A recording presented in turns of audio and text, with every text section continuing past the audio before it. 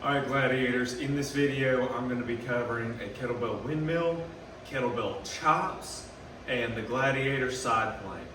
So, start off with some windmills. First thing we want to do is get this bell over our head. I want to make sure this arm stays locked out and this leg stays locked out. So, feet a little wider than shoulder width apart, and then I want you to shift over. So pretty much angle your feet away from your body, away from the side with the bell over your head, roughly 45 degrees. So let's keep this leg, same arm, same leg locked out. This knee is gonna bend. I'm gonna push my butt back, look up at the bell, and come down forward, almost like I'm doing an overhead RDL. It's really cool. So, looking at the bell, pushing my butt back, this leg's locked out, bent. You don't have to go until your hand touches the ground. If you can only go down so far while keeping your form good, just go down that far. So, that's how you do a windmill. Let's take a look at a kettlebell chop.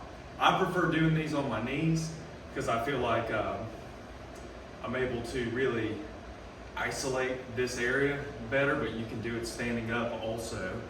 So, I grab the bell either by the handles or by the actual bell itself. Here I'm going to show you how to do it by the handles.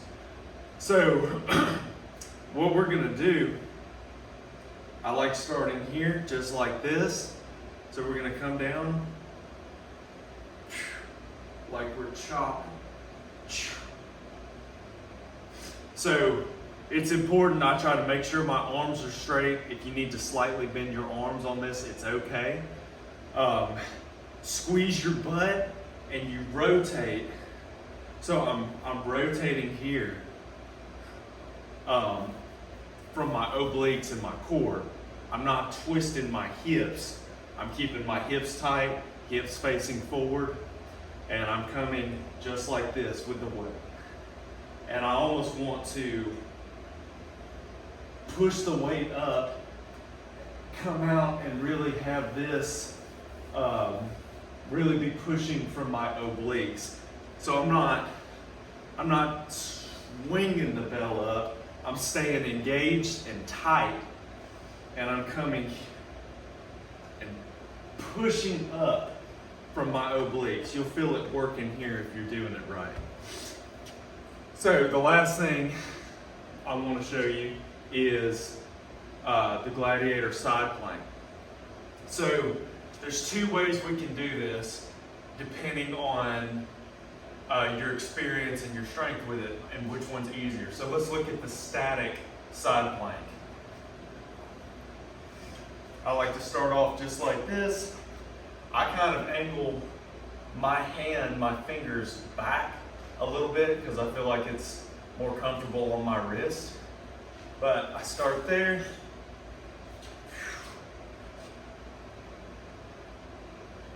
This is a side plank. So,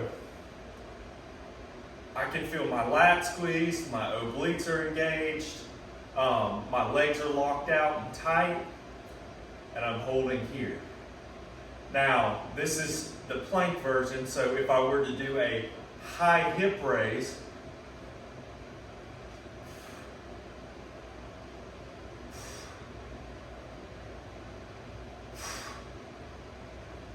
I'd do it just like that.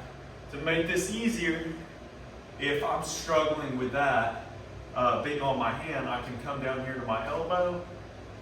Same concept, keeping my hip high, everything locked out. I'm just doing this on my elbow. And it helps me with my stability if I'm really wonky on my hand. So those are the two ways that we can do a side plank and a side plank with hip raises.